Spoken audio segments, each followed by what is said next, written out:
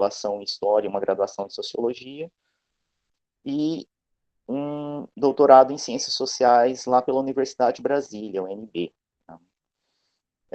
Eu não sou um especialista em Hannah Arendt, sou um leitor, né? A Hannah Arendt atravessou a minha vida em várias fases da minha carreira acadêmica, né? Principalmente na graduação e no doutorado. No mestrado não cheguei a debatê-la, estudá-la, relê-la, mas foi uma autora com a qual, né, a gente teve várias discussões acaloradas na época da graduação e depois também na época do doutorado. E aqui estamos de volta lendo a Hannah Arendt e de volta em polêmicas, né, intermináveis. Eu não quero pensar nesses encontros com vocês como aula, né, no sentido de professor, aluno, né, aquela, digamos, uma hierarquia rígida do detentor do conhecimento e aqueles que são os copos vazios a serem preenchidos. Né? Não, é uma leitura mais horizontal. Eu prefiro pensar nesses encontros como quase um encontro do livro, no qual a gente vai debater, né, debater um livro e o que eu seria, digamos, o condutor das discussões. Né? Hannah Arendt ela é complexa, ela é contraditória, ela é polêmica, né? E hora e meia, né, você vê posições apaixonadas de um lado e de outro sobre o pensamento dela. Tá? Em relação a esse livro, vocês estudaram, né, a Condição Humana, professor Neodir, que é uma obra assim bem filosófica mesmo, né? Já as origens do totalitarismo, ela tem uma, digamos, uma questão empírica que ancora todas as reflexões dela e que é polêmico e que traz discussões acaloradas até hoje. Quem entrou na universidade, quem estava na universidade nos primeiros anos dos anos 2000, deve lembrar que havia um grupo que odiava Hannah Arendt com todas as forças, que era principalmente aqueles mais no espectro da extrema direita, né? As pessoas mais nazistóides, né? Os fãs declarados e não declarados do Hitler e de ideologias desse tipo costumavam, né, ter um ódio da Hannah Arendt, uma reserva muito grande às reflexões dela. O que a gente vem observando nesses últimos 3 anos é que algo está acontecendo, né, e os odiadores de Hannah Arendt não estão vindo, né, não é desse nicho do espectro ideológico que está surgindo as vozes mais estridentes e histriônicas quanto ao pensamento da Hannah Arendt, mas a gente está ouvindo muito vindo do outro lado do espectro, né? E isso é muito sintomático, né? De algumas mudanças, né, ideológicas. Então, ela passou por essa, digamos, mudança, mas sempre nos extremos do espectro ideológico. Inicialmente eu havia pensado uma outra leitura, uma outra forma, mas eu acho que como é uma obra central e hoje está, né, levantando tantos questionamentos e tantas polêmicas, às vezes superficiais, apaixonadas, distorcidas, etc. Acho que é interessante a gente ler essa obra que traz, né, suscita todos esses debates, que é as origens do totalitarismo e o polêmico conceito de totalitarismo, né, que desagrada, né, a vários grupos, né. A gente nesse encontro, a gente vai ver resumidamente a primeira parte das origens do totalitarismo e na semana que vem a gente vai ver a terceira parte. Né?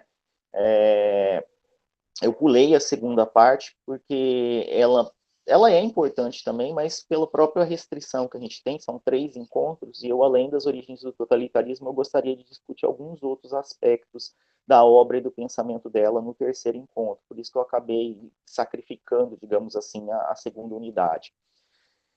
Como vocês devem ter visto, né, quem tentou ler, né, quando a gente vai ler, numa primeira leitura a gente encontra algumas coisas, numa segunda leitura a gente encontra outras, né, na terceira leitura a gente vai encontrando e aquilo que era para a gente fazer um resumo das ideias principais da primeira unidade vai ficando um negócio, né, gigantesco. Então, a minha escolha foi fazer um resumão dessa primeira parte, abrindo margens para vocês ir me parando, né, falando, ó, professora, nesse ponto eu tenho algo a acrescentar, né, porque, de fato, né, ela traz tantas ideias interessantes ali ao longo que é muito fácil a gente acabar se perdendo nos detalhes e perder de foco qual que é o argumento principal.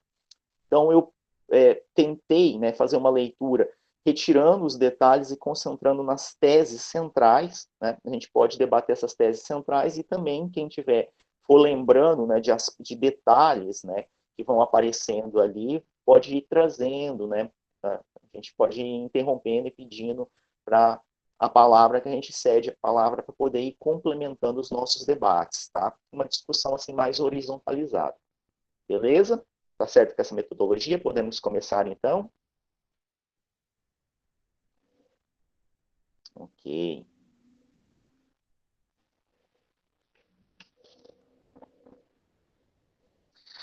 Bem, no capítulo 1 dessa primeira parte, que é chamado O Antissemitismo, né, aqui eu extraio 3 ideias que eu acho importantíssimas, que são, digamos, as ideias centrais desse primeiro capítulo.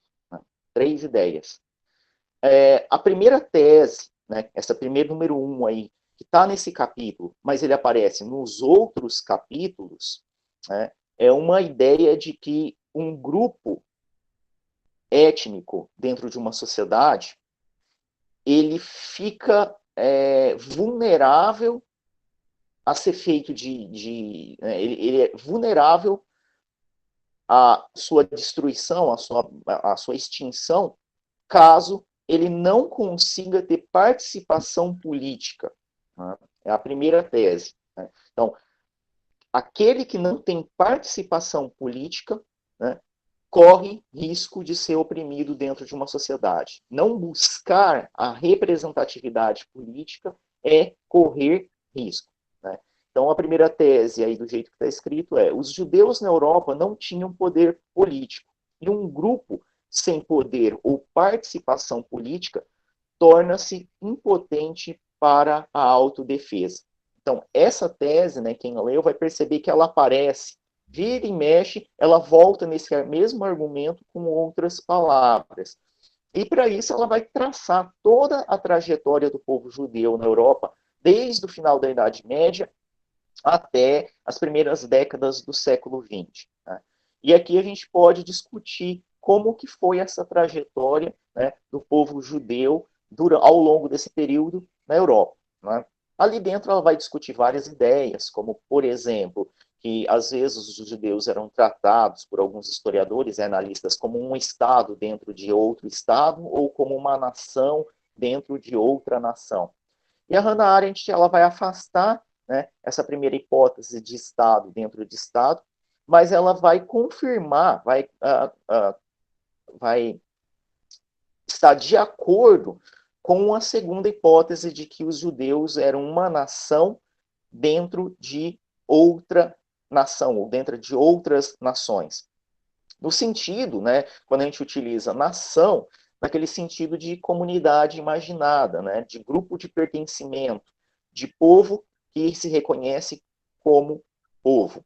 Então, os judeus, eles estavam presentes na Europa, né, desde lá do final do Império Romano, né, desde o Império Romano até os dias atuais, mas eles nunca se dissolveram como dentro desse grupo maior que é a nação, né, a grande nação, ou o povo geral. Né? Então, é como se eles fossem mais um judeu francês do que um francês judeu, ou muito mais um judeu alemão do que um alemão judeu. A identidade étnica, né, judaica era mais forte do que a identidade nacional, né, relacionada a essa lógica de Estado-nação, que emerge a partir da Idade Moderna. Então, a identidade deles, né, como grupo étnico, foi algo que não dissolvia, ela esteve muito presente, esse auto-reconhecimento como parte do povo judeu, ao longo da trajetória deles na história europeia. E essa não cristiania... Meu microfone está desativado?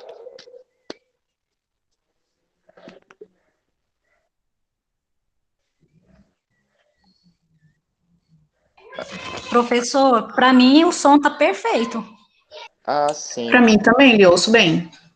Ah, sim. Então, acho que deve ser a da colega que deve estar com algum problema. Mas Pra mim vamos... tá em som. Tá sem som, Daniele?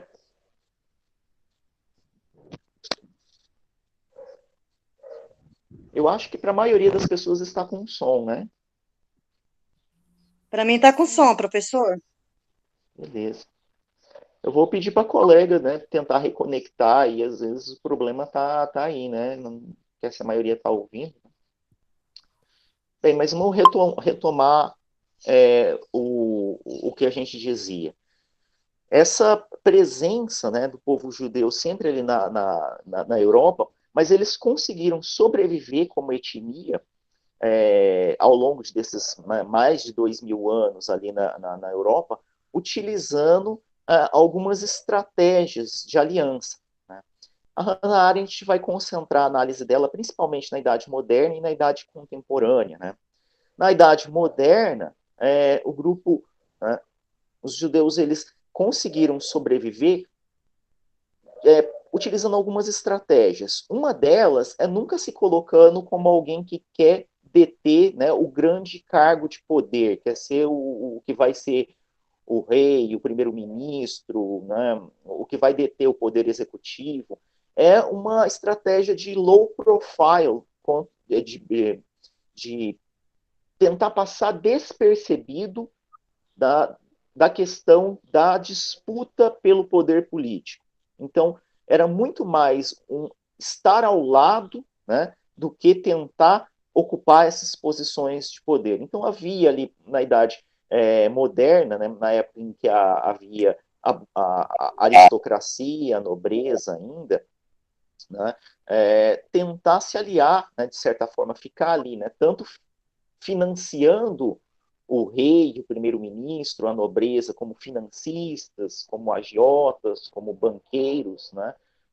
E ao conseguir financiar, né, aqueles que realmente detinham os cargos de poder político, conseguir espécie de alguns privilégios, né, uma licença para existir e viver a sua vidinha sem ser incomodado. Né? Então, ali tem essa espécie de concessão por parte do... Ao fazer esse serviço, né, financeiro, né, ele cede, quem detém o poder político cedia a aristocracia, ou seja, cedia uma série de privilégios, né, para uma parte, principalmente desses judeus ligados à questão das finanças, dos empréstimos, dos financiamentos, etc.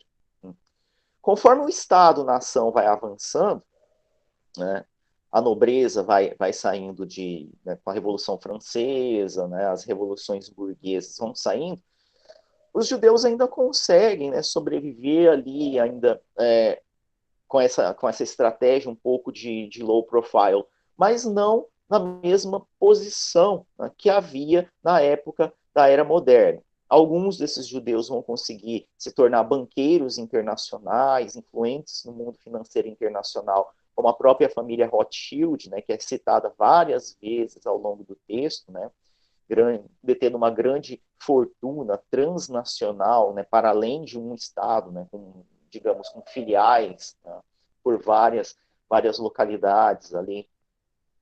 E nesse período, principalmente no século XIX, bem, acho que por esse primeiro ponto acho que está bom, antes de avançar mais. Então, fica esse, esses argumentos para o primeiro ponto. Então, os judeus, eles conviveram na Europa sem almejar os postos de poder, eles conviveram ao lado do poder. Esse é o primeiro argumento principal. Alguém gostaria de comentar esse ponto? Trazer uma contribuição, uma discussão?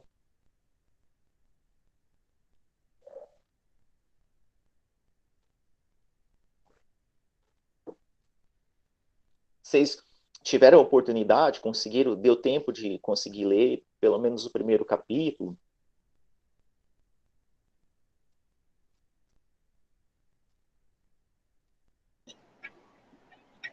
Oi, professor.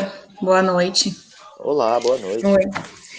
Eu li o primeiro, né, e fiquei com algumas dúvidas, né, agora quando o senhor coloca toda essa questão dos judeus na Europa, fiquei pensando, eles tinham uma grande riqueza, pelo que eu entendi, né, eles tinham um poder econômico, mas eles não eram tão importantes assim na questão política. E por que então eles foram tão perseguidos? Isso, assim, eu não sei se talvez vai acontecer no decorrer do livro, né, que a gente vai estudar, ou outros livros, isso vai aparecer, mas eu fiquei me questionando por isso. Porque se eles não tinham nenhum, eles até não tinham, eles eram impotentes, né, para autodefesa, por que foram tão perseguidos? Será que isso apresenta em alguma obra, alguma... Ela vai trabalhar esse argumento, só que ela vai, a Hannah Arendt vai trabalhar esse argumento meio que diluído ao longo do texto, né? Vai dando em pequenas doses homeopáticas as pistas do porquê isso acontece, né? E daí a gente vai ficando intrigado com a leitura. Mas esse tema que você traz, ele está discutido na obra, mas de forma assim um pouco diluída. Ah, certo. A gente Porque eu vai fiquei pensando... eu fiquei pensando, nossa, se perseguiram um povo que, claro, tem um certo poder, mas não o político ou econômico, que muitas vezes acaba desagradando a muitos, né, digamos assim. Eu fico imaginando o que a gente pode passar nos dias de hoje, sendo que a gente está vivendo com essa pandemia, com toda essa situação política e tudo mais. Fico pensando no quanto o ser humano pode não ser humano, né, quando ele pode ser tão bárbaro, assim, tão autodestruidor, né? O destruidor da própria humanidade. Nossa, fiquei bem intrigada para saber por que desse... Porque quando a gente estuda na escola essa questão dos judeus, a gente estuda só que aconteceu isso com que o Hitler, nessa última parte mais do Hitler, né? Coloca que seria por uma questão de manter uma população, então, hegemônica, uma população sem mistura, enfim, né? Mas a gente vê que vai além disso, né? Vou interpelar aqui. Obrigada. Professor, diga. Aqui é Francisco Aguinaldo. A Alessandra falou uma coisa... um abraço, viu? A gente se encontrou aqui em Cáceres. Ah, é? Sim, no seletivo. Francisco, eu lembro do seletivo de filosofia, lembrei. Sim, exatamente. Sim. A Alessandra falou uma coisa muito importante, mas temos que lembrar o seguinte: os judeus, eles têm uma história muito antiga, semitismo, muito antigo, das perseguições, dos cativeiros e tudo mais, e isso se explica pela questão teológica, né? Pela questão teológica de povo escolhido, povo de Deus, não é? Então, se a gente for olhar a história, por exemplo, o cativeiro babilônico, né, 70 anos de cativeiro babilônico, né, o domínio persa, o domínio egípcio, né, 145 a.C., o Império Romano, depois no ano 70, a destruição do Templo de Jerusalém, que era o centro, né, da fé judaica, a gente vai entender muita coisa por que dessa perseguição, viu, Alessandra?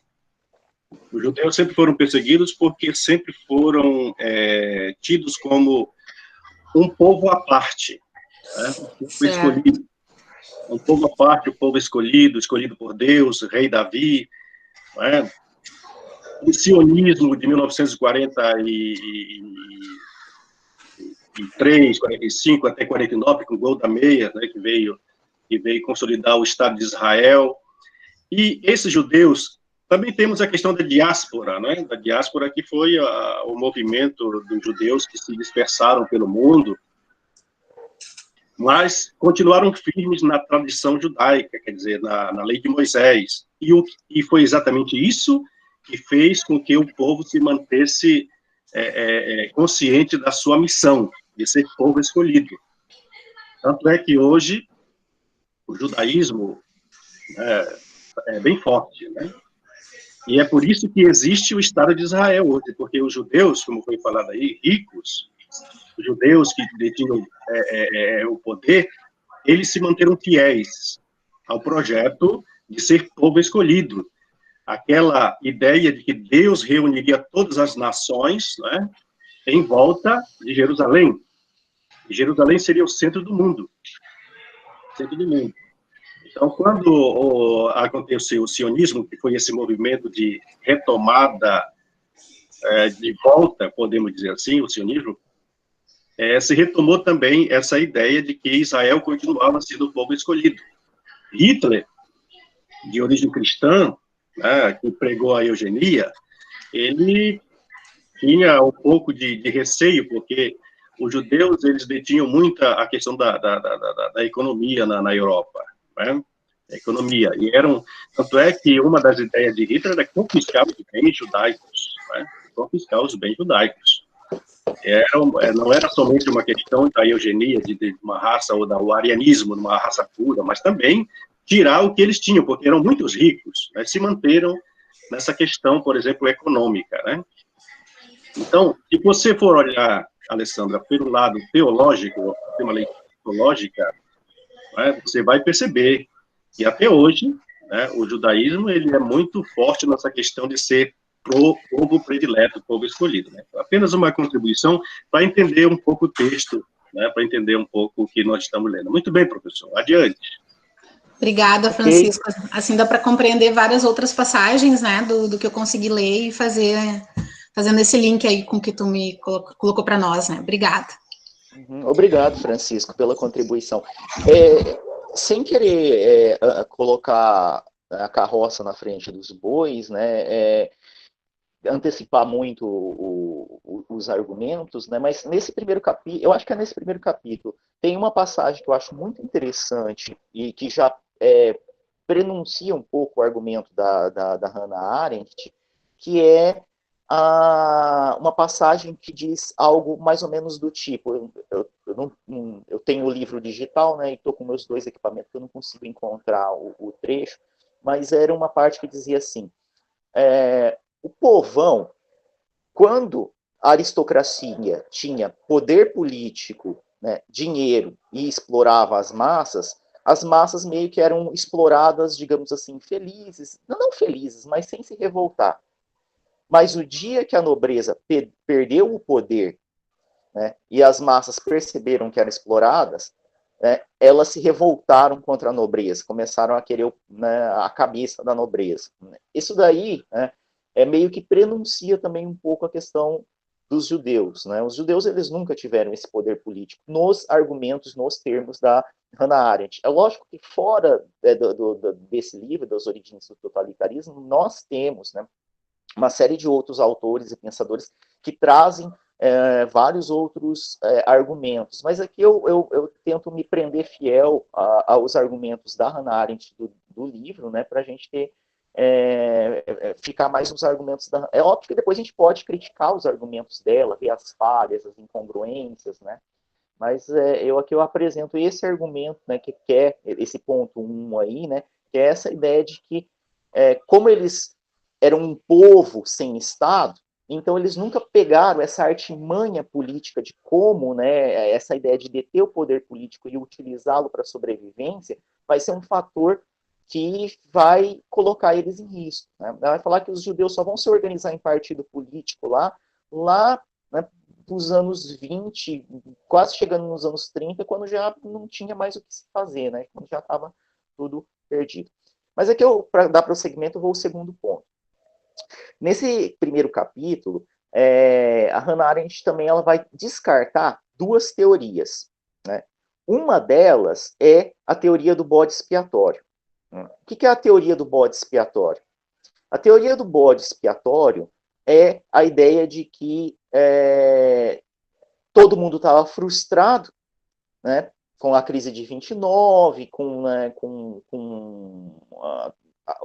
ter perdido a Primeira Guerra Mundial, com a crise de 29, etc., e precisaram procurar alguém em quem pôr a culpa, né, e colocaram os judeus, foram esse grupo no qual a culpa foi colocada. Isso é a teoria do bode expiatório.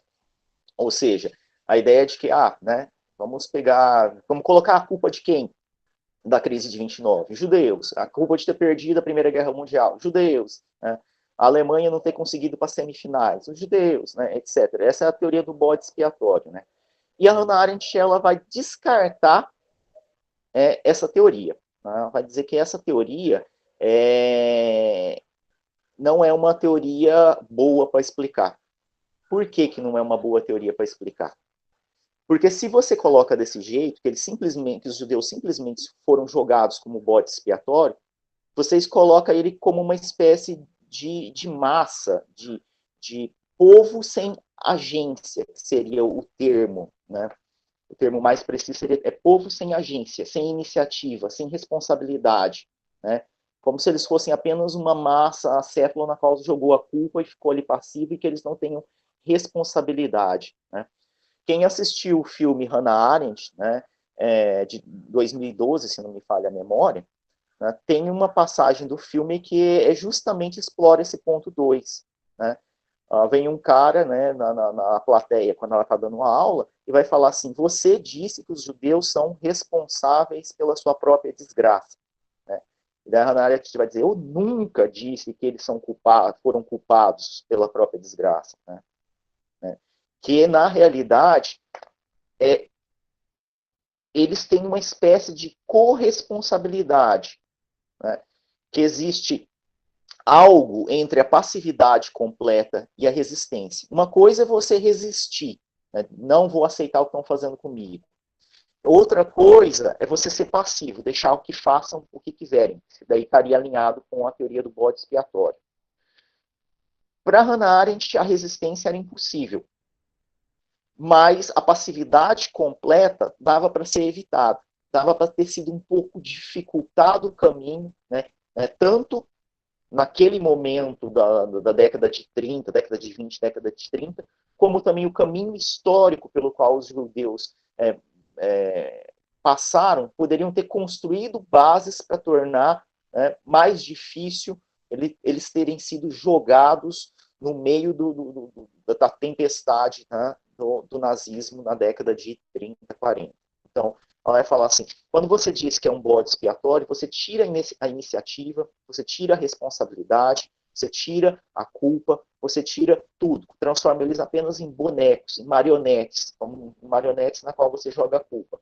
E, né, como seres humanos, né, não são marionetes, eles têm um pouco de grau de responsabilidade, né, uma corresponsabilidade em não terem dificultado, de não terem buscado o poder político, ter buscado uma representatividade, buscado outros caminhos, né, para poder dificultar, né, essa trajetória histórica e a grande tragédia final que foi o Holocausto. Né.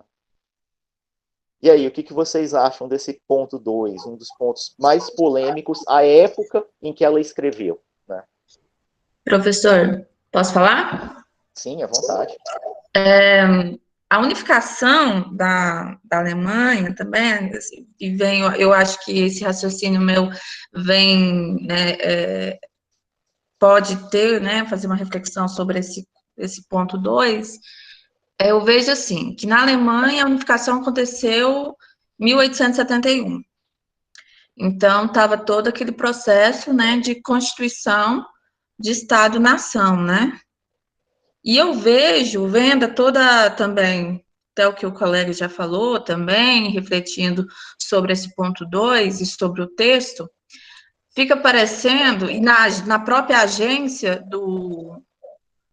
dos judeus, fica parecendo que eles, como sendo um grupo que mesmo que não atuava politicamente, no sentido institucional e tal, mas detendo dinheiro, final do século XIX, início do século XX, mesmo que eles não tinham poder político, mas tendo poder financeiro, as outras pessoas, os alemães, mesmo que não visse eles como bode expiatório, mas como um risco para tomar o poder e tomar esse Estado que recentemente tinha sido unificado. Claro, isso parte, tentar, não sei se o texto, né, da Hannah Arendt continua, vai para isso, né? mas assim, então é uma hipótese minha por enquanto, mas fica parecendo que, sim, não é um bode expiatório, tem a agência, mas é uma agência financeira muito forte que pode ser promovida, talvez se for interpretado como uma possível, entre aspas, promoção para uma agência política. E aí vem a questão toda, né, histórica também, né, de preconceito, né, aos judeus, e que acabou ocorrendo tudo que ocorreu posteriormente. Não sei se eu acrescentei algo novo aí na discussão. Não, tem. Mas eu Por falo exemplo, assim, o ponto está também na questão da recente formação do Estado-nação, do Estado Unificado da Alemanha. uhum. Na minha leitura, eu não consegui identificar, né, essa questão imediata, né, do medo daqueles que formaram o Estado alemão, né, ali, como você fala. Mas é interessante, quando você diz a data, né, talvez até esteja no texto. Né? Na minha leitura, eu li o texto 2 vezes antes de apresentar aqui, né, de preparar essa fala, né? Mas nas 2 leituras eu não identifiquei muito claramente isso que você está falando. Mas quando eu puxo as datas, né, o texto ele cita 2 vezes que os primeiros movimentos antissemitas, né, tentaram organizar movimento, né, dizendo não, os judeus são o problema da Europa. A Hannah Arendt coloca a data. Né, os primeiros movimentos organizados, mesmo que tenha sido voo de galinha, né, fez um protesto anti-judeu, mas daí morreu naquilo. Né, aconteceram, né, os primeiros nos 3 últimas décadas do século XIX, que coincide, né, com essa data que você está falando da unificação alemã. Né? Então, esse é um ponto que pode ter a ver, sim. Talvez numa terceira leitura do texto a gente identifique isso com mais clareza, né? Mas eu consigo enxergar uma proximidade com a data. Só que também é importante dizer que a Hannah Arendt ela fala não só do caso dos judeus na Alemanha, mas na França, na Áustria, na Polônia, né? Em outros lugares também. Né? Esse ponto da teoria do bode expiatório é um dos motivos que mais trouxe ódio da comunidade judaica em relação a Hannah Arendt, porque ela faz uma profunda autocrítica do seu próprio grupo étnico. Ela traz um pouco da responsabilidade, né? A culpa não é 100%, né, dos outros e nós somos 100% inocentes. Nós temos o nosso quinhão aí também, tinha de ter sido mais esperto. E essa autocrítica que ela faz desperta, né, ódios, né, muito intensos dentro da própria comunidade judaica, né, que chamavam ela de vaca nazista, de não sei mais o que, em função dessa interpretação de que poderia ter sido diferente. Né? Se não tivesse sido tão passivo e tivesse sido um pouquinho politicamente mais esperto, as coisas poderiam ter sido diferentes. Talvez não alcançado a amplitude que aconteceu, né? O Holocausto não tivesse tido essa amplitude. Talvez tivesse acontecido, mas não na mesma amplitude. Né? Se algumas coisas, se alguns posicionamentos tivessem sido diferentes no passado recente, logo anterior, nas décadas que antecederam o fenômeno nazista. E aqui eu vou para o terceiro ponto, que ele dialoga um pouquinho com aquilo que o Francisco havia comentado. A Hannah Arendt ela é uma profunda crítica da teoria do antissemitismo eterno, da ideia de que os judeus sempre são perseguidos, de que os judeus são um povo condenado a ser perseguido. Hannah Arendt ela não gosta dessa teoria. Existe, né, um movimento antissemitista, uma lógica, né, de antissemitismo eterno, que as pessoas sempre vão odiar os judeus. Né? Por quê?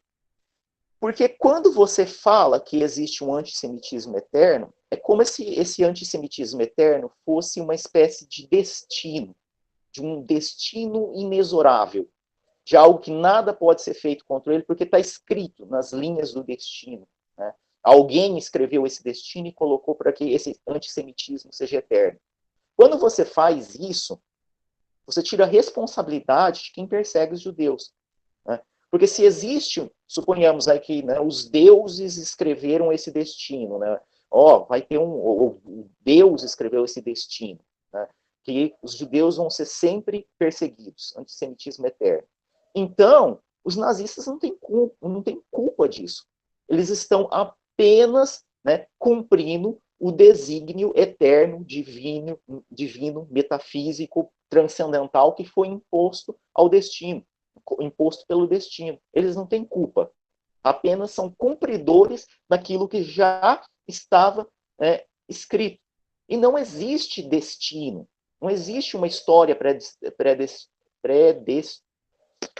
fugiu a palavra. Mas vocês entenderam o que eu quis dizer. Não tem essa coisa pré-fixada, né? Então, isso, exato. Né? Eu sou um pouco disléxico, às vezes me faltam as palavras, né? Então, não existe essa coisa, esse destino pré-fixado, que tudo que acontece gira em torno para que esse destino, como uma maldição, aconteça. Porque quando você faz isso, você tira a responsabilidade, você tira o livre-arbítrio, você tira, né, a responsabilidade individual, coletiva, e, né, você cai naquela lógica de que, né, então, se não existe responsabilidade, não existe culpado. Né? Bem, culpado foi quem escreveu esse destino, os deuses, Deus, não sei. Né? Mas não os nazistas, não quem cometeu esse tipo de coisa. Por isso, ela também vai rechaçar essa teoria. Que também vai desagradar muita gente, né? Então, ela consegue desagradar todo mundo, né? Com esses 3 pontos que ela defende já nesse primeiro capítulo, ela desagrada, né, a comunidade judaica inteira, né? Desagrada todo mundo. Alguém quer comentar esse terceiro ponto?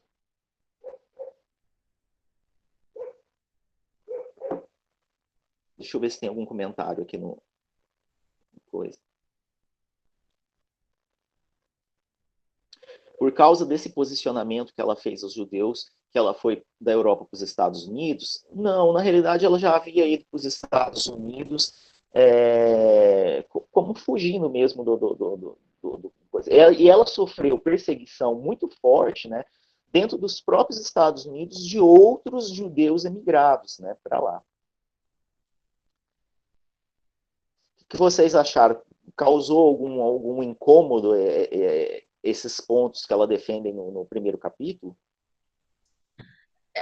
Novamente, eu aqui. Eu vejo, parece, assim, parece, pelo que eu li, pelo que a gente está vendo e refletindo também com as aulas do outro professor, parece que fica muito essa questão da ação, né? A ação do sujeito, não como a estrutura nos leva, mas sim jogando a responsabilidade para cada sujeito. E aí vem essa questão da própria agência, né? Ou seja, a gente não está simplesmente sendo um passageiro, mas estamos todos imbuídos nisso tudo que está acontecendo e todos temos responsabilidade, claro, né? Tem coisa que nos abate, né? E que nós vamos, entre aspas, podemos sofrer mais, um impacto maior. Mas eu vejo muito essa questão dela pensar o sujeito como participante mesmo, construtor de si, da sociedade, né? Acho que é muito isso. Exatamente essa é a condição humana, né? Exatamente. Desculpa, pode falar. Não, pode continuar. É exatamente essa a condição humana, né? Sim, então, assim, de certa forma, a gente vê muito realmente é o mesmo autor, a mesma autora, totalmente alinhado, né, as duas obras, só isso. Uhum.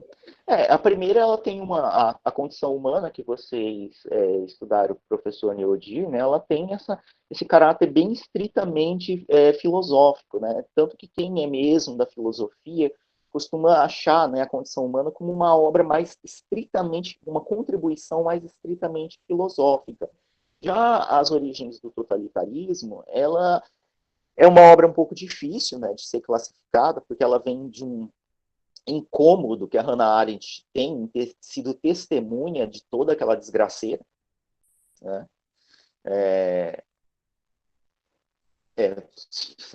de ter sido testemunha, e ela vai tentar escrever, né? Inclusive, ela não se sente satisfeita com as origens do totalitarismo da forma como foi publicado, mas ela achava que tinha que publicar para trazer esse debate, porque era um debate urgente a ser feito.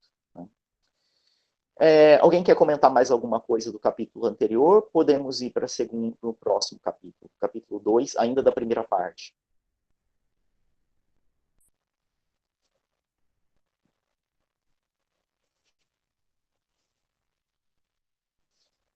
Podemos?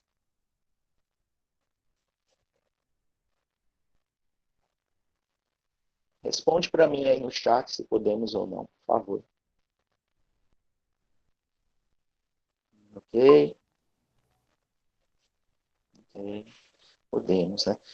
O segundo capítulo, ele vai dar uma continuidade, ela vai dar uma continuidade, né, vai dar uma continuidade aos argumentos que já estavam ali no primeiro capítulo, né, vai desenvolver um pouco melhor. E daí ela traz algumas das coisas que eu já havia mencionado, né? Os judeus comportavam-se como uma nação dentro de outras nações, não eram assimilados. Né? Eram judeus franceses e judeus alemães, não franceses judeus, nem alemães judeus. Então é aquela ideia de não ser assimilado, de não perder de vista suas origens, sua cultura. E aqui nesse ponto, é muito importante a gente pensar, né, que a identidade judia, judaica, né, ela tem duas dimensões que elas podem ocorrer ao mesmo tempo, né, ou não, que é pensar o judeu como alguém adepto do judaísmo e pensar no judeu como alguém pertencente a uma etnia judaica. Né? Não necessariamente a gente diz que ele é judeu, quer dizer que ele está envolvido com questões religiosas, com, sei lá, que seja a dimensão religiosa que predomine em relação, né,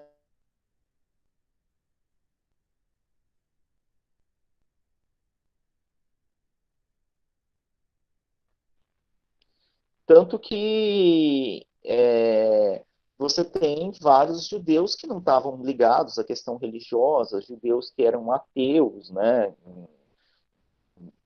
entre vários, né, vários outros que só foram descobrir que eram judeu numa fase mais tardia da vida, etc. Então, não existe uma sobreposição perfeita entre religiosidade e etnia. Né? Então, essa também é uma questão que a gente tem que colocar, porque traz muita confusão você pensar no judeu como o judeu religioso, né? Como um religioso fervoroso. Né? Nesse caso, né, principalmente nessa análise da Hannah Arendt, o judeu ao qual ela se refere, né, é muito mais a dimensão étnica, né, como grupo étnico, do que essa dimensão estritamente religiosa. O segundo ponto, no passado, os judeus não se envolviam na política, mas eram importantes para a nobreza e para os soberanos em função de poder fornecer empréstimo e ser gestor das finanças estatais. Ao serem úteis nesse sentido, conseguiam privilégios. Né? Em uma passagem do texto, quando ela vai se referir ao momento pré-unificação da Alemanha, quando na Alemanha ainda eram vários principados, né, aqueles vários, era tudo fragmentado, cheio aqueles vários pequenos principados, né, ela diz que ali cada pequeno nobre, cada pequeno príncipe ali tinha o seu próprio judeu da corte, né, como se, né, quase num tom de dizendo, tem que ter alguém responsável pelas finanças, né? Então arranja um judeu para colocar aí para cuidar das finanças, do tesouro estatal, né? Então, porque era, né, tinha essa imagem de que, né, o judeu é um bom gestor de dinheiro, um bom bancário, um bom agiota, né, algo do tipo. E, né, justamente nessa posição, ele conseguia um privilégio, né, e meio que deixava a comunidade em paz, né? Porque você não sabe quando é que você vai precisar de um judeu, né? Então você não dá para você perseguir eles. Vai que você precisa de um empréstimo de um deles. Então deixa eles quietinhos, concede uns privilégios, pode até dar um título de nobreza, né? Pode até arranjar um casamento aí, né? Uma coisa do tipo, um nobre, né? Etc. E essa construção, né, que passa ao longo dos séculos, né, da ideia do judeu como alguém que mexe com dinheiro não produtivo. Né? É sempre ligado à imagem, né, o estereótipo do judeu é o estereótipo do banqueiro ou do agiota. E entre, né, os mais famosos vai ter a família Rothschild, que vai conseguir construir, né, essa grande fortuna para empréstimos, etc. E é interessante porque quando a Hannah Arendt descreve a imagem do judeu como banqueiro, agiota, financista, né, eu lembrei do filme Harry Potter, né? Quando o Harry Potter precisa ir ao banco, a Gonglots, alguma coisa assim, o banco lá do Harry Potter, quando ele entra no banco, né, qual é a imagem dos banqueiros, né? São esses duendes com essa cara aí bonita e agradável e simpática, né, receptiva, que está aí no coisa, que é a imagem do banqueiro, né? Que é uma imagem, né, que ela não é aleatória, né? A escritora, quando ela escreve o Harry Potter, imagem de banco e o banqueiro, né? Por que ela faz justamente essa construção de imagem do banqueiro? Né? Isso talvez, porque isso acaba ficando preso, a imagem do banqueiro no inconsciente coletivo como algo assim, né? Isso não vem do nada.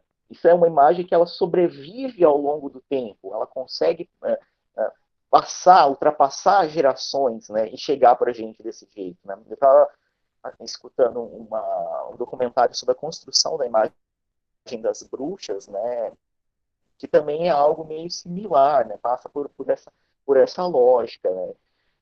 E tanto que hoje, né, os grupos ideológicos de esquerda defendem as identidades minoritárias, das minorias, isso não é verdade para o passado, para 100 anos atrás, para os esquerdistas de 50, de 100 anos atrás, mesmo para 30 anos atrás, isso não é válido, né? Tem um pesquisador, eu nunca lembro se é John Green ou James Green, que ele vai falar do movimento LGBT do Brasil, a relação entre o movimento LGBT no Brasil e a esquerda brasileira, né? A esquerda brasileira tinha verdadeiro nojo, repugno, né? E oprimia os LGBTs tão duramente quanto a direita, né? Então, essa incorporação das identidades minoritárias, ele é algo relativamente recente, né, na trajetória histórica. E a esquerda, né, dessa virada do século XIX por século XX, né, via o judeu como, né, o pior tipo de burguês, que é o burguês não produtivo, que não produz nada, que é o dinheiro, o capital pelo capital, não tem nenhuma atividade produtiva. Né? Inclusive, a Hannah Arendt vai trazer um trecho ali do Engels para falar, é mais fácil você odiar alguém que ganha dinheiro não estando envolvido em atividade produtiva, do que você odiar alguém que está envolvido em atividade produtiva. Né? É mais fácil você odiar um banqueiro do que o cara que tem, sei lá, um supermercado que emprega 200 pessoas. Né? Então, o ódio esse nicho bancário com o qual se identificavam ou com o qual eram identificados os judeus, né, são alvos que começam a se tornar fáceis, né? É o cara, né, essa estereotipação, né, facilita, né? E, inclusive, daí nessa época, né, então, os grupos também socialistas também viam os judeus como um elemento ali odioso, né, nesse contexto. Alguém quer comentar esse ponto?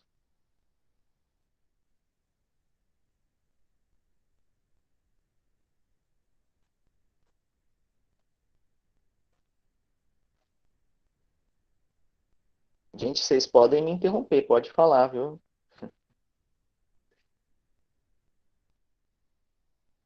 Professor, Diga.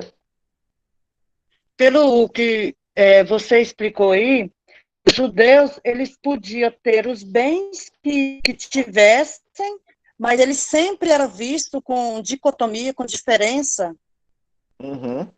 Eles algo são, que... eles são os não assimilados, são aquela coisa estranha ali, que nunca adotaram o cristianismo, que nunca se mistura, só casam entre si, né, tem uma cultura diferente, eles não se dissolvem, não se transformam no ideal de nação, que é ser aquele francês, né, igual, aquela idealização, né, da identidade nacional. Ah, sim, entendi, professor. Maquino, Diga. essa assimilação também dos judeus aí, de gente chata, feia, ela tem um pouco também, vamos dizer assim, um pouco a origem de tudo isso também vem um pouco do cristianismo, né, das cruzadas e da Idade Média, quando as questões, por exemplo, das bulas papais, elas discriminavam claramente a questão do judeu, né, porque o judeu foi aquele que matou Cristo, né, então a ideia evangelizadora que se tinha na época, quando se encontrava uma comunidade judaica, era exatamente isso, de traidores, né? Que mataram o Senhor da Glória, né? Isso na teologia se trabalha, né? Então isso se divulgou também no inconsciente coletivo aí, né? Na realidade, nas pessoas e nas instituições também, porque a evangelização, principalmente das Américas, se você for trabalhar isso, você vai perceber, né? Que os judeus eram conhecidos como aqueles que mataram o Cristo. Então, eram pessoas más, né? Então, até no nosso vocabulário, você pode encontrar uma palavra chamada judiar. Uhum. O que é judiar? Não judia dele, por favor, não faz mal a ele. Quer dizer, judiar se tornou um verbo de fazer mal, né? Interessante isso. Uhum. Você pensa, por exemplo, no caso brasileiro, né? Alguns judeus eles vieram para o Brasil, fundaram uma sinagoga em Recife, mas acabaram perseguidos, né? Fugiram, né? E foram para Nova Amsterdã, na América do Norte, que viria a ser Nova York. Né? Viria a Sim, ser Nova York. verdade. Também isso era uma ideia teológica, metafísica, né? Essa ideia passava para a questão social também, né? Uhum. Ele Sim, era você. mau, não porque ele somente era banqueiro, mas porque ele era um traidor que matou Cristo, que Uhum. fez mal à humanidade, né? Uhum. Você vê que existe uma sobreposição histórica disso, né? Quando, antes da secularização, dessa tentativa de separar a igreja e Estado, né? Ou seja, até a Revolução Francesa, mais ou menos, né? Era uma construção fortemente religiosa, né? Uma demonização do grupo étnico judeu com um forte viés religioso. Mas conforme, né, vai havendo uma certa secularização, uma separação entre igreja e Estado, né, ali a partir da Revolução Francesa, a partir do século XIX, né, daí outros elementos que têm que ser agregados a essa imagem. Daí a ideia do judeu sovina, né, do cara que fica com todo o dinheiro, né, que enriquece, que tem uma coisa esquisita, e vai tentando agregar outros elementos, né, igualmente negativos nessa idade, mas que também é herdeira de toda uma trajetória que não se apaga, né, de uma hora para outra. Sigamos.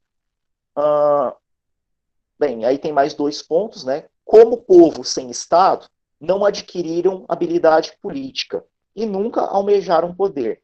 Ou seja, né, é uma ideia weberiana, né, de que você tem, para ter um Estado, você tem que ter governo, território e povo.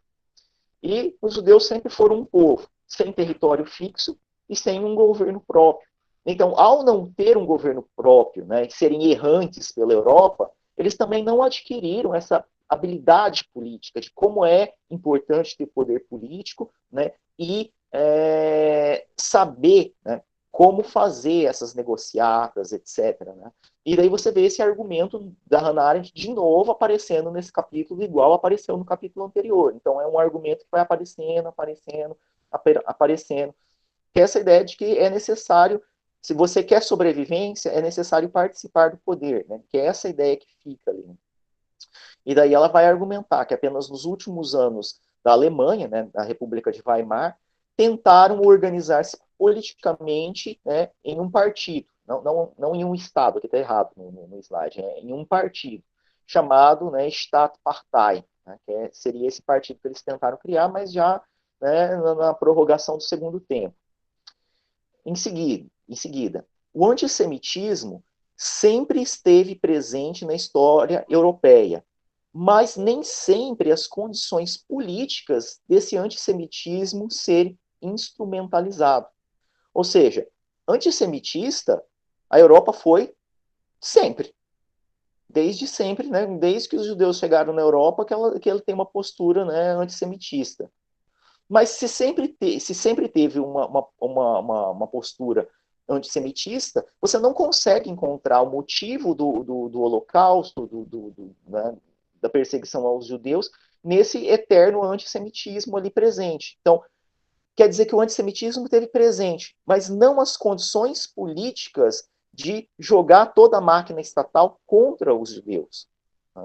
Não houve uma organização, uma orquestração política que pudesse colocar eles como alvo, né, do aparato estatal, como alvo de uma ideologia construída e que guiou, né, o aparelho estatal. Então, o antissemitismo sempre presente, mas as condições políticas de instrumentalizar esse antissemitismo nem sempre estiveram presentes. Alguma coisa aconteceu, né, para que essas condições políticas fossem possíveis de serem construídas.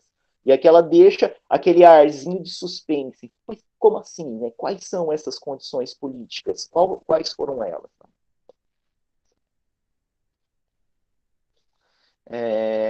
Em seguida, ainda no mesmo capítulo, ela vai começar a trazer o que foi esses elementos, o que foi essas condições políticas. Ela começa a nos dar as pistas, né? Uma tensão entre igualdade e privilégios, né?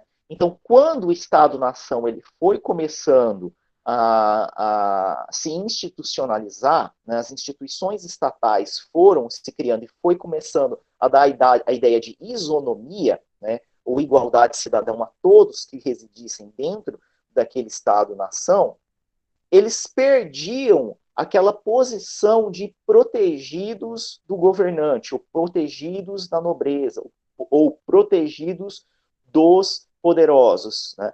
Quando você estende a cidadania, né, a isonomia, todos são iguais perante a lei, para todos aqueles que habitam dentro daquele território, eles são levados a uma condição de igualdade nominal, mas aqueles privilégios que eles conseguiam deter no passado, né, desaparecem, né? E isso vai colocando eles numa condição vulnerável. E aqui eu trago uma citação, né? Eu não coloquei a página porque a minha edição é daquela digital, que as páginas mudam conforme se aumenta a letra, daí aumenta o número de páginas, diminui a letra, diminui o número de páginas. Então não dá para citar páginas, né? Então, mas eu indico aí, tá na parte 2 do livro, capítulo 2, texto 3, parágrafo 2º. Quanto mais tendem que deve ser craseado, as condições para igualdade, mais difícil se torna explicar as diferenças que realmente existem entre as pessoas, né? Ou seja, se você aumenta, né, a igualdade nominal, se todos são iguais perante a lei, vai ficando difícil você explicar determinados privilégios ou determinadas hiperconcentrações de riquezas. Peraí, se todo mundo é igual, né, perante a lei, por que aquele dali é protegido pelo governante? Ou, por que aquele dali tem tanto dinheiro acumulado sem ter uma indústria ou um trabalho, né, só com agiotagem? Então, conforme você vai, né, essa cidadania que foi dada aos judeus foi meio que uma faca de dois gumes. Porque, em primeiro lugar, eles deixavam de ser um grupo, digamos, não nacional. Eles estavam meio que sendo nacionalizados ali na marra. Mas, ao mesmo tempo que essa igualdade cidadã era estendida para eles, os privilégios deles, né, meio essas concessões, né, políticas de ser o protegidinho, iam desaparecendo, e o questionamento a eles como grupo que não eram assimilados ia se fortalecendo. E ela vai falar que até mesmo os movimentos de esquerda do final do século XIX, início do século XX, né, eram antissemitas, né? Inclusive, ela vai falar que, de certa forma, né, um erro que a esquerda cometia era confundir aquela dimensão do judeu religioso do judeu étnico, né? Uma certa visão estereotipada que a esquerda da época tinha de que os judeus mantinham a sua religião intacta e que a identidade judaica era mantida em questão da dimensão religiosa. Então, judeus são religiosos. Se eles são religiosos, eles são anti-iluministas, eles não são racionais, não aceitam a ciência, não aceitam a racionalidade. Então, eles são um engodo que não permite que a promessa iluminista de um mundo melhor construído pela razão se realize, né? Então, esse argumento aparece ali. Alguém quer comentar esse ponto? Quer colocar algum questionamento? Vocês estão muito quietos pro meu gosto.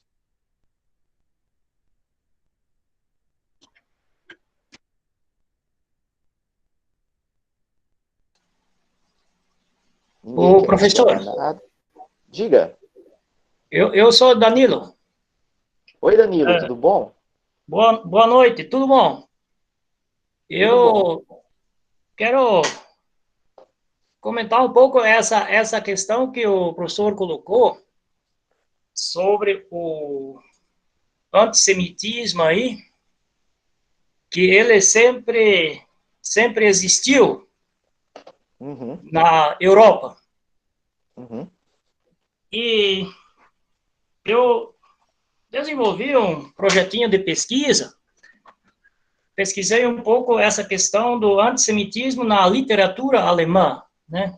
uhum, Então, realmente, aquilo que o professor colocou sobre a questão do antissemitismo, inclusive nos partidos de esquerda aí, realmente ele, se nós olhar dentro da história da filosofia ocidental, desde lá os antigos, Idade Média, modernos, ele sempre existiu ou na grande maioria dos grandes filósofos, e principalmente alemães, todos eles comungavam dessa questão antissemita, né?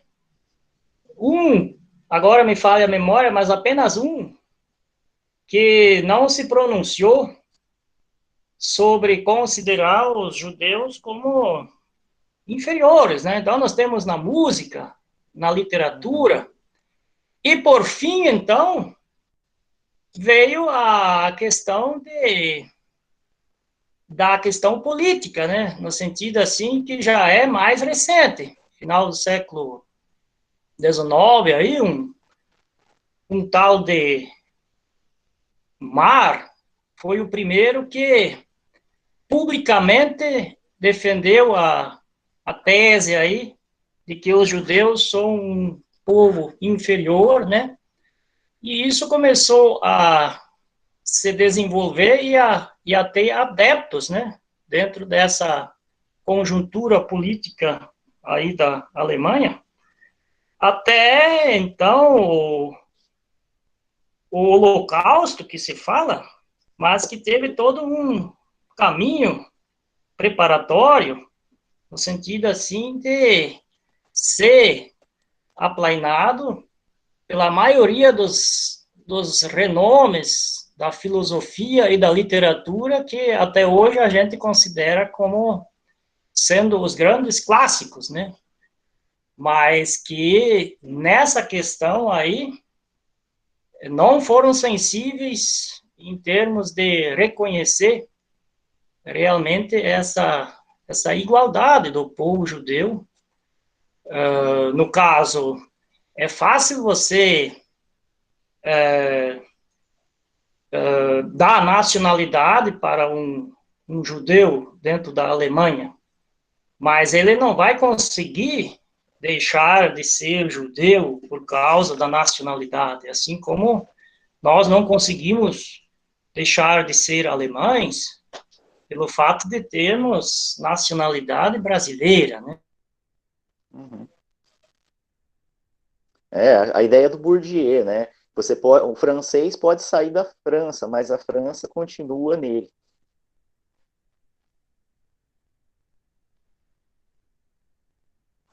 Nação aí dessa parte. Mais alguém quer comentar? Quer colocar algum outro ponto? Mais algum colega quer comentar?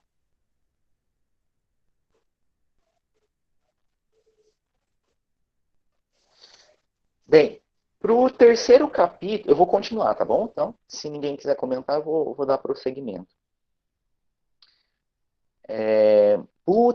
Para o terceiro capítulo, tem uma coisa que eu acho muito interessante, que essa também embora esteja aí na Hannah Arendt, ela discutindo isso já nesse momento, eu já me peguei fazendo uma reflexão dessa, né, em nível mais abstrato, em outras circunstâncias, né? Eu lembro que quando eu estava na graduação, né, eu tinha um professor neoliberal que tinha um discurso que era o seguinte discurso, né, que não existe melhor remédio para o racismo do que a livre concorrência, do que o livre mercado, né?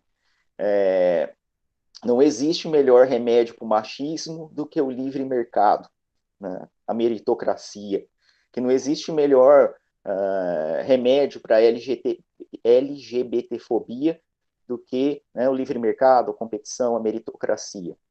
E isso era algo assim que sempre me deixou muito incomodado, né? E eu cheguei a perguntar para ele, né? Quase fui expulso da sala por isso. Mas eu cheguei a perguntar para ele, mas como é a meritocracia? Porque daí, né? O negro ele pode conseguir o primeiro colocado, a primeira colocação, né? Sem necessidade de cotas e provar que ele consegue. Porque se ele conseguir, né, ele prova que ele é capaz e mostra que não tem nada a ver essa questão de raça. Ou se uma mulher conseguir chegar, né, ao mais alto cargo ou em determinado lugar sem cota, sem nada, unicamente pela meritocracia, ela prova que uma mulher pode conseguir. A mesma coisa com LGBT, etc, etc, nesse sentido. Então, essa ideia de que individualmente você pode vencer todas as barreiras de um tipo de preconceito enraizado seria o remédio. Isso tem um problema, né? Tem um problema sério, né? Essa lógica. Porque quando você faz isso individualmente, você mata a solidariedade coletiva com os outros que compartilham a mesma identidade. Então, vamos lá por um exemplo. O cara que é, sei lá, gay e consegue subir na vida em determinada coisa por uma luta sozinho, né? Ele também, esse fato dele ter conseguido sozinho, né, sem um diálogo, sem um trabalho coletivo, ele não vai se sentir na obrigação de ter laços de solidariedade em relação aos outros que compartilham a mesma identidade com ele. Então, a competição individualista, ela mata a solidariedade e a construção, o fortalecimento coletivo de identidades. Isso foi uma coisa que eu demorei muito tempo a perceber na época da graduação, né? Aquele argumento desse professor, ele ficou eu tentava questionar ele, mas cada vez que eu questionava ele ficava mais bravo, mas havia alguma coisa na época que eu sentia que estava errado nessa história, mas eu não conseguia, né, entender, né? Hoje, né, eu enxergo muito claramente qual que é esse problema. O problema é de quando você vence sozinho, você não se sente, né, responsável por aqueles outros que compartilham a mesma identidade que você. Né? Essa discussão vai aparecer no capítulo 3, né, da Hannah Arendt, que ela vai falar na questão dos judeus exceção. Né? Alguns judeus eram aceitos, né, nas elites políticas, nas elites intelectuais, nas elites econômicas, né, da Europa. Né? Mas eles eram aceitos como exceções individuais. Então, na realidade, em vez dos judeus construírem uma solidariedade de grupo, né, eles tentavam vencer individualmente, demonstrando que eram exceções. Então, é o cara que é o melhor pintor, né, possível, é o cara que é o melhor músico, aquele músico prodígio que aos 10 anos de idade consegue tocar todas as obras possíveis no piano, é o cara que, né, é o melhor acadêmico universitário possível, é o cara que é mega rico, é o cara que é não sei o que lá. Então, no século XIX, essa lógica de cada judeu por si, né, e Jeová para todos, né, foi minando a possibilidade deles se juntarem como coletividade e construir um projeto político coletivo de autodefesa. Porque essa lógica justamente de concorrência individual matou qualquer possibilidade de uma construção de um projeto conjunto dos judeus. E aí é o que eu resumo nesse segundo ponto. A consequência dessa luta individual pelo reconhecimento e aceitação não colaborava com a identidade coletiva judaica. E aquele que conseguia se transformar num judeu exceção, né, ele ficava num dilema. Né? Por quê? Porque, de um lado, ele se sentia como um traidor do seu povo, né? E aqueles que fingiam que o aceitavam, ele ainda era visto como alguém, o exótico aceitável. Né? Tanto que a Hannah Arendt vai falar que a posição do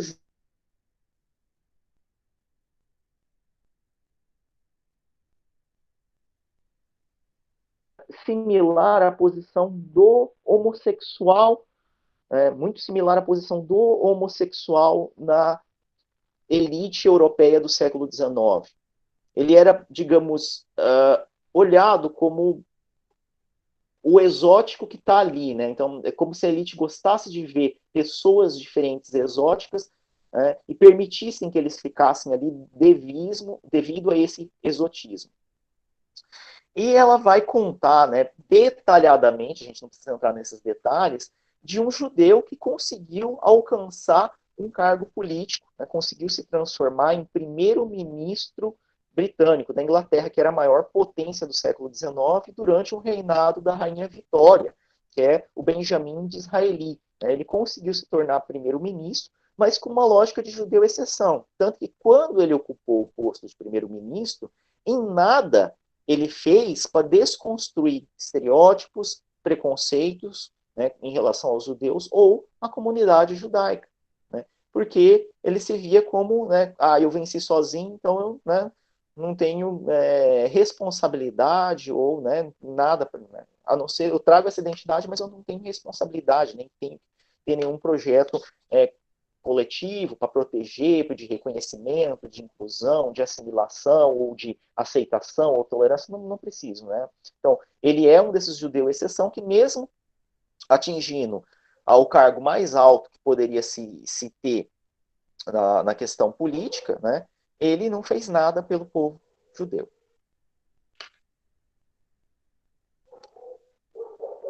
Alguém quer comentar algum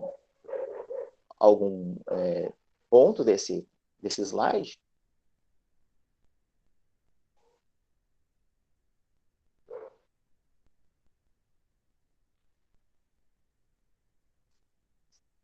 Vocês ficam muito quietinho aí, eu vou achando que a aula tá chata ou muito pedante. Seria a prática do individualismo, então, em relação a esse judeu que ocupou essa pasta aí de primeiro-ministro britânico, seria, podemos chamar da individualidade?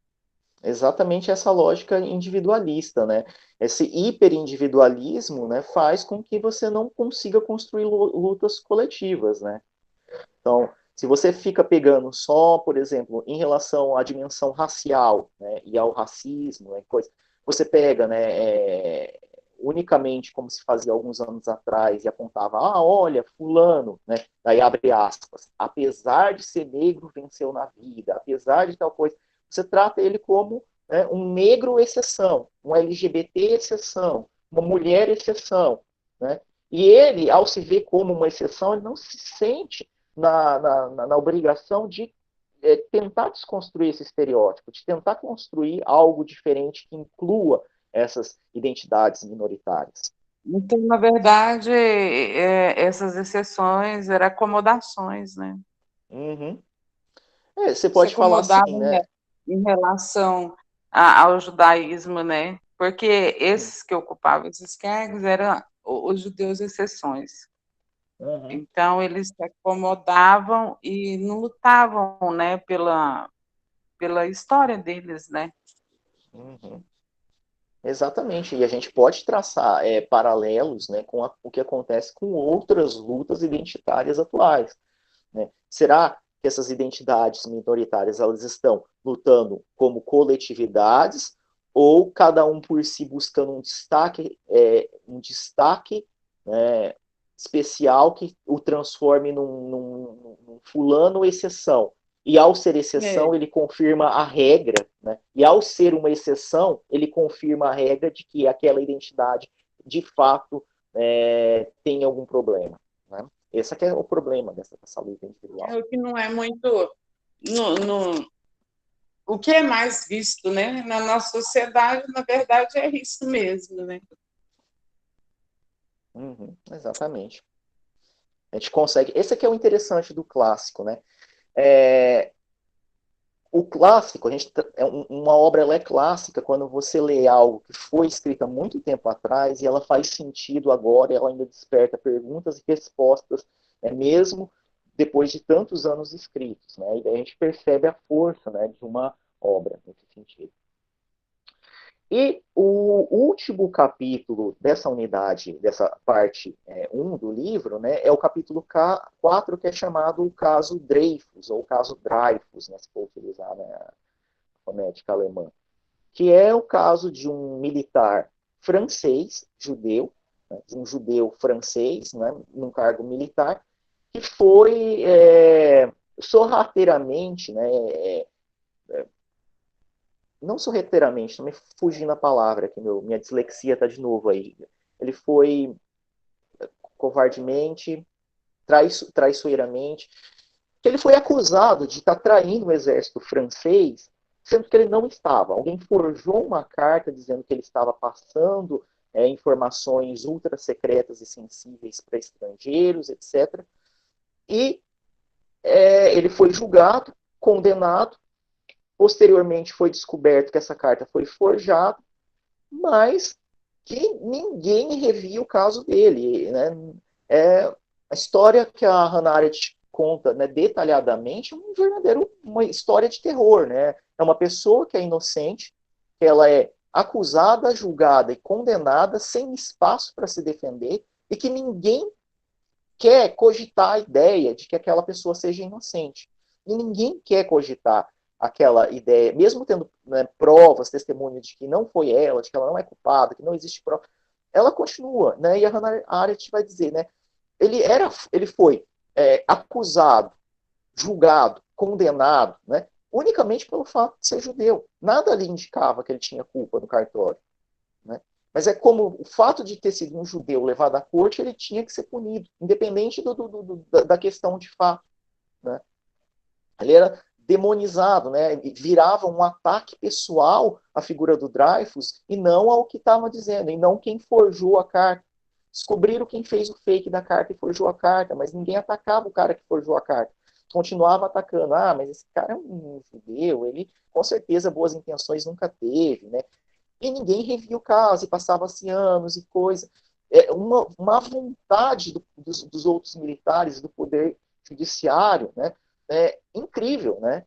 E daí a Hannah Arendt vai começar a achar que esse caso Dreyfus, ele é sintomático, já era tipo um prenúncio do que estava por vir, né? Não importa os fatos, né? Os fatos não importam, importam é que a gente tem que condenar o judeu, né? E ela sente, nesse caso, Dreyfus, né, já um indício de algo que estava vindo, né, que poderia crescer, se tornar mais forte, né?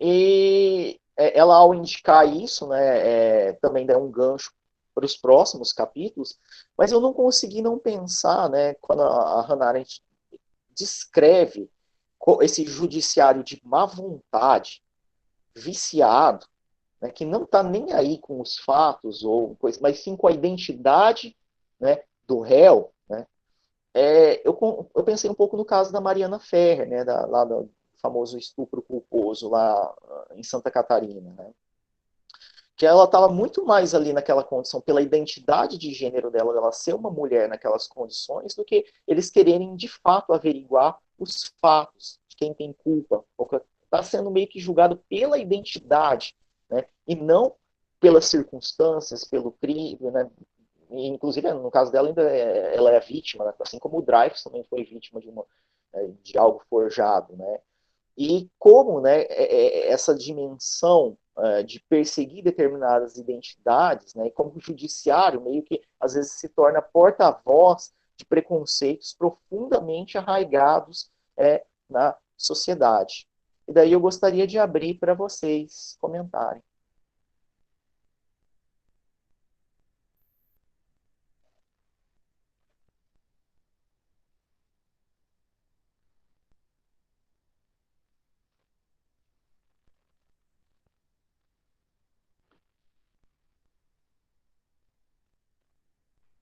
Alguém quer comentar?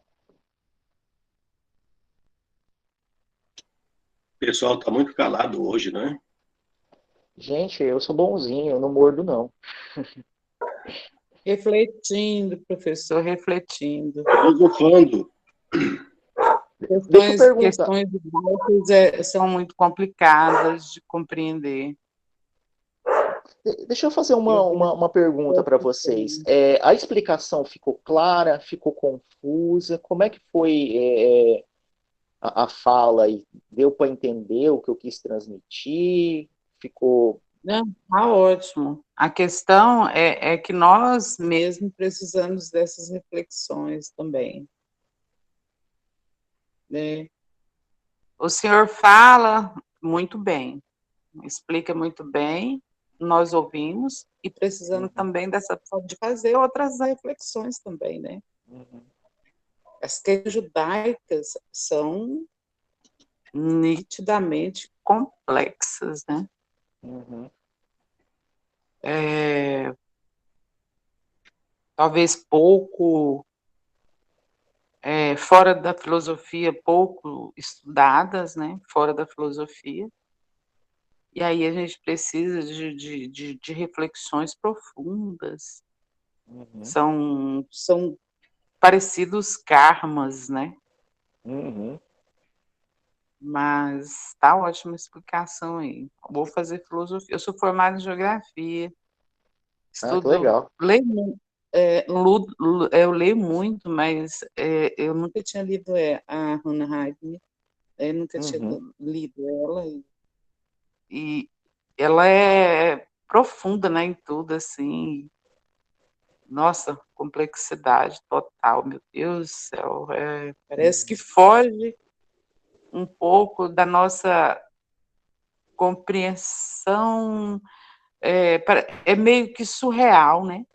Uhum. Irreal Eu ao fico, mesmo tempo, né? eu fico imaginando, Irreal né, ao por exemplo, mesmo tempo.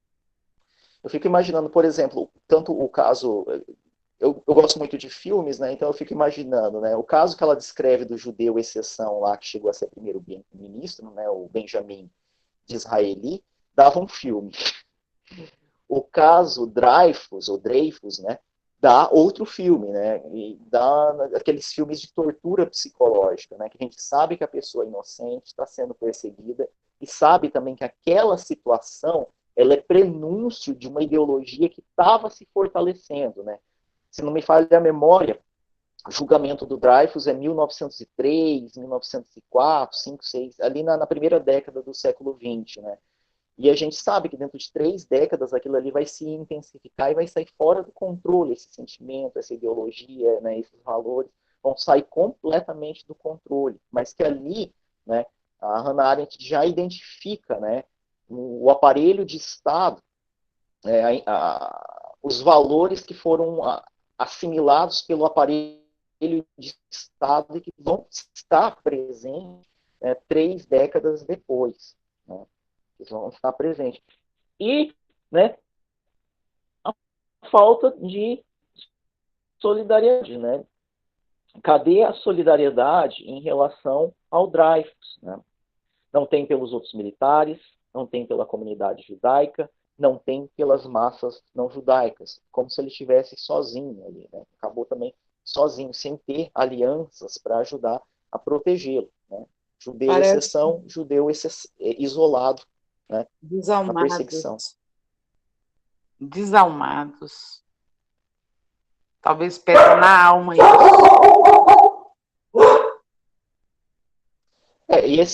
E isso a gente não superou completamente, talvez para a identidade judaica, mas e também em alguns lugares, né? Mas outras identidades também passam por isso, né? Talvez não assim de forma tão aberrante, talvez um pouco mais menos gritante, né? De forma menos histriônica, mas também outras identidades estão passando por isso. Eu acho que também essa primeira parte do livro nos deixa assim, porque para nós brasileiros talvez seja, principalmente o caso judeu específico, nos seja um pouco exótico, né? Porque a proporção de judeus na sociedade brasileira é estatisticamente muito pequena, né? Aqui em Tangará da Serra, de onde eu falo, né, no censo 2010, só haviam 3 judeus em Tangará, numa cidade com 100 mil habitantes, 3 judeus declarados. Então, é uma identidade bem minoritária, né? Parece uma realidade bem longínqua, né? Mesmo que o caso judeu específico seja um caso longínquo, os mecanismos, né, nos quais eles estavam ali enredados, né, não estão tão longínquos. Essa é o que a gente tem que pensar, a gente tem que abstrair também um pouco. Maquino, e também pelo nome, né? Tem muita gente com sobrenome judaico e não tem conhecimento disso, né? De origem judaica. No Brasil, tem muitos nomes de sobrenomes de origem judaica e a maioria, muita gente não sabe que é de origem judaica, né? Você pode perceber isso, porque, como você falou, às vezes se classifica o judeu pela religião e não pela etnia, né? Se é judeu, e às vezes essa confusão acontece, né? Então, por exemplo, na minha região norte tem muitas famílias judaicas, quer dizer, famílias de nome judaico, né, no sobrenome. Mas as pessoas não têm noção, não conhecem, né? Sten, né, por exemplo, não sabe que é de origem judaica, né? Que às vezes mudaram o nome para fugir também, né, na questão, por exemplo, no Brasil, você sabe, né, que alguns judeus distorceram o nome para esconder a origem, para não serem perseguidos, né? Tem muitos exemplos, por exemplo, aliás, que tiraram o nome judaico e botaram Carneiro, Moreira, português, aportuguesados, né? Tiraram o nome judaico e colocaram português para justamente não serem perseguidos. Exato. Tem outros casos também, não apenas judeus, né? Outros grupos também fugiram. Eu descobri há pouco tempo que a família da Suzanne von Richthofen, o sobrenome dos antepassados dela não era Richthofen, né? Era um outro lá, era tipo João das Couves, lá na Alemanha. Aí, quando chegaram no Brasil sem registro, decidiram colocar um sobrenome chique de um herói de guerra alemão, que era do Barão Vermelho, o sobrenome dele era Richthofen. Eles adotaram artificialmente e registraram todo mundo como Richthofen, né? Mas eles não têm nada de parentesco com o Barão Vermelho, né? Trocaram muitos nomes, Macedo, Nogueira, esses nomes portugueses, né? Tiraram o nome judeu e colocaram. Reza a lenda que eles gostavam muito, quando chegavam no Brasil, de adotar sobrenomes que fizessem referência a elementos da natureza, né? Então, formiga, carneiro, leite, né? Gostavam desse tipo de fazer referência. Fizeram referências a esses, e que acabaram, né, se dissolvendo, ou acabou ocorrendo essa assimilação, que não ocorria na Europa, meio que acabou se dissolvendo um pouco aqui no Brasil. Talvez tenha ocorrido em alguma medida aqui, inclusive em função da hiperperseguição católica dos séculos XVIII, né, XVII. Exatamente. O Santo Ofício, a Inquisição, né? Sim, muito. E não era só a busca de hereges, né? Não era só a busca de hereges, era a busca de judeus também. Sim, né? Então, os cristãos novos acabaram, né, como acabavam adotando aí artificialmente, era uma questão de sobrevivência também. É uma história muito longa, tem muita coisa aí que a gente não consegue abarcar tudo. Uhum. Gente, o que vocês... essa primeira unidade aí deu uma visão geral, né? Eu estou começando a achar que quase que seria pertinente a gente discutir a unidade 2 também, mas eu tenho medo de a gente acabar se estendendo muito. Para o nosso próximo encontro, eu pediria para vocês tentar ler o máximo possível, né? Pelo menos o primeiro, o segundo capítulo, que daí sim a gente vai entrar na dimensão política, né? No debate político, e vai ser bem difícil a gente não pensar os dias atuais, né, a partir do debate da terceira unidade, né, da parte 3 da obra. Ela vai trabalhar alguns conceitos sobre essa ascensão dos extremos, das ideologias de extremo, da questão da massa, né, o líder carismático que sobe ao poder, né, etc., que vai ser um pouco difícil a gente não conseguir pensar algumas coisas, né, que vem acontecendo na história recente do Brasil, pelo menos dos 10 últimos anos.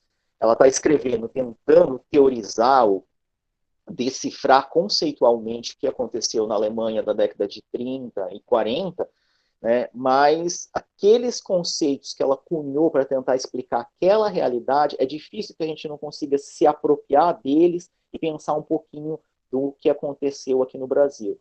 Eu vou pedir para vocês se esforçar bastante em ler o máximo possível daquela terceira unidade, mas não se preocupar que eu vou tentar fazer esse panorama aqui, né? Nessa minha breve apresentação, eu tentei apresentar todos os pontos principais da unidade inteira, né? Então eu não detalhei, né? Eu passei resumidamente os pontos principais, mas a gente conseguiu ver o resumo principal dessa primeira grande unidade. É algo que eu pretendo fazer também com uma terceira unidade. Só que daí eu também vou pedir, pelo amor de Deus, né, para a gente ter a frieza analítica da gente não cair em paixões, né, porque eu sei que é algo que é difícil não mexer com a gente emocionalmente conforme a gente for mexendo com esses conceitos, né, da terceira unidade. E por isso também a gente entende um pouquinho por que a gente está vendo essa onda de articulistas em jornais e revistas, né, desfilando seu ódio, seu veneno contra Hannah Arendt, esse punhado de youtubers, né, com essa intensidade de ódio falando da Hannah Arendt. A gente vai entender um pouquinho o porquê disso na terceira unidade, mas vamos tentar fazer uma leitura meio fria, né, aí a gente já modular, né, o que a gente vai comentar. Eu vou também tentar fazer um exercício antes. Vou tomar um suco de maracujá, um chá de cidreira antes da próxima apresentação, para tentar apresentar da forma mais linear e menos apaixonada possível, né, os conceitos da terceira unidade. Beleza? Alguém quer fazer mais algum comentário aí?